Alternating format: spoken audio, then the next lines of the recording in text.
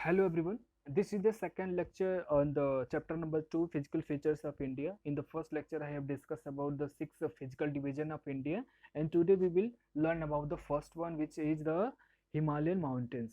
Not Himalayan mountains, it is the northern mountains. The northern mountains have the two parallel portions. First one is known as the THN, Trans Himalayan, and second one is known as the Char Himalayan range. Okay. Himalayan mountains are basically the fold mountains type. Fold mountains, there are the three types of mountains found in the world. First one is the fold mountains, means the top of the mountains, when it is the cone, it is known as the fold mountains. If a mountain is formed by the volcanic process, it is known as the volcanic mountain. And third type, when the top of any mountain is the flat, it is known as the block mountains. So Himalayan mountains are the fold mountains, and these are not so much old. These are the completely young mountains found in the world. The length of this mountain is 2400 kilometer, and the breadth of these mountains are the 400 kilometer to 150 kilometer wide, and they are spread from where to where? Jammu Kashmir to Arunachal Pradesh. Jammu Kashmir is here, Arunachal Pradesh in the northeast side, and these are basically formed by like this. They make an arc. Okay. Again, this Himalaya means Himalayan mountains have the three parallel lines. First one is known as the Greater Himalayan, second one is known as the Middle Himalayan, third one is known as the Shivalik Himalayan. The Greater Himalaya also have a nickname known as the Himadri. Himadri because throughout the years it is always covered with the snow.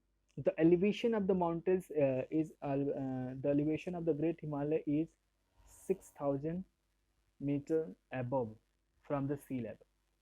The elevation of the Middle Himalaya, you can see that 3,700 to 4,500 meters from the earth. And in the Middle Himalaya, there are the few ranges which is the popular, just like Pir Panjal, Dhauladhar, and the Mahabharata. And the outer Himalaya means the third parallel range, which is known as the Shivalik. It is the elevation of the Shivalik Himalaya is just 900 to 1100 meters.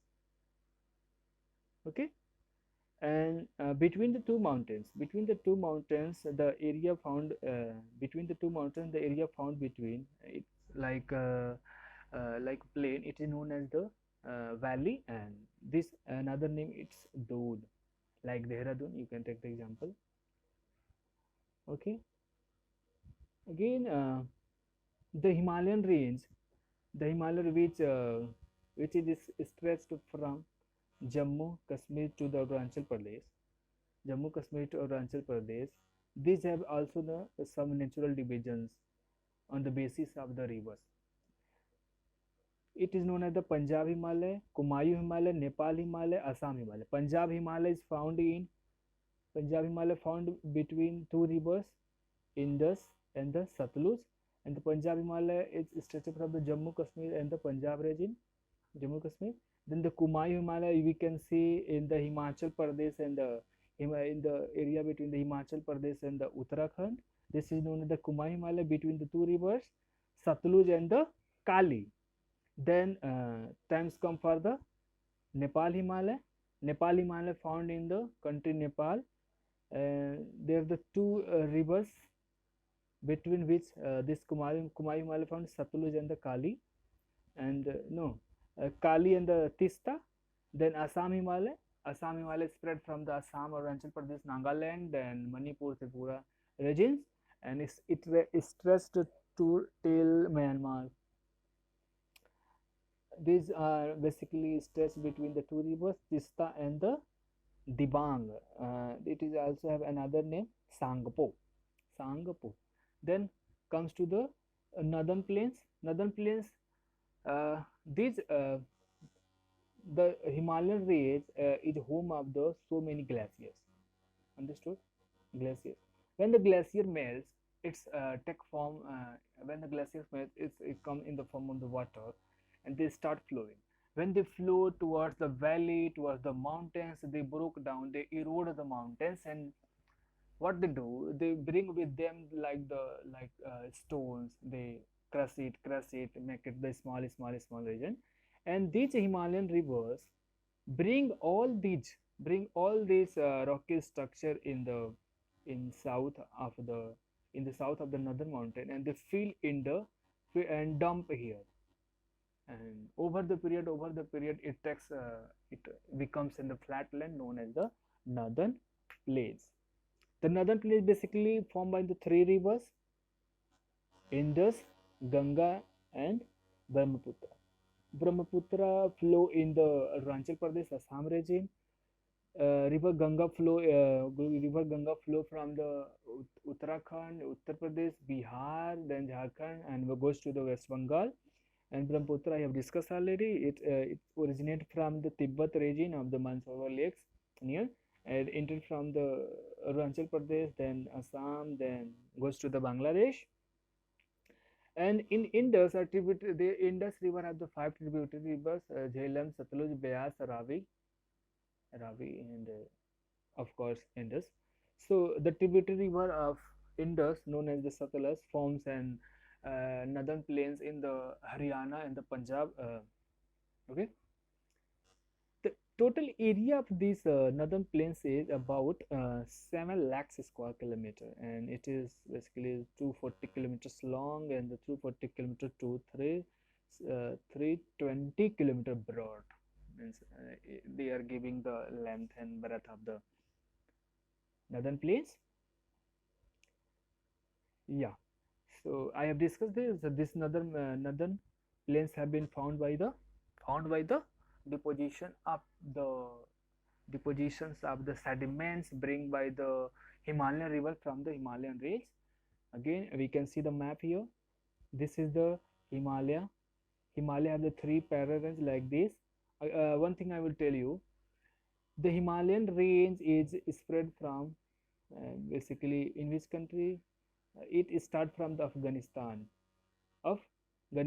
then Pakistan, then India, then China. Here is the China, then Nepal, then Bhutan, then here Myanmar also. Some portion of Myanmar is fall in the some Himalayan range. In Myanmar, a mountain found in which name is the Aram Koya. Aram Koya. This is the eastward extension of the Himalayan range, and inside the ocean, this Aramcoya range comes, and this Andaman Nicobar, our island, is basically part of the Aramcoya. It is the southern extension of the Himalayan range inside the Indian Ocean. Okay, the three parallel ranges like here, and this is the Gangetic plain. Here is the Satluj plain. Here is the Brahmaputra plain. Understood? Then we talk about the southern peninsula. Oh yeah, here the four terminology we have to know about the Bhabar. Bhabar is where it is found in the foot of the Shivaliks, and it is basically where the rivers originate and come and makes some new land known as the Bhabar. Terai is the area which is next to the Bhabar. Like suppose a river originates from here, so in its initial state is known as Bhabar. Then when it's come in the lower region, it is known as Tarai. Then the area comes where the level of water is increased. This is known as the Bangar. And then Khadar. Khadar means that area when any area floods comes up, then water dry due to the evaporation process, and the plains left known as the flood plain known as the Khadar. Peninsular portion, if we talk about, I have discussed already. Due to the plate tectonic theory, the southern portion is basically part of the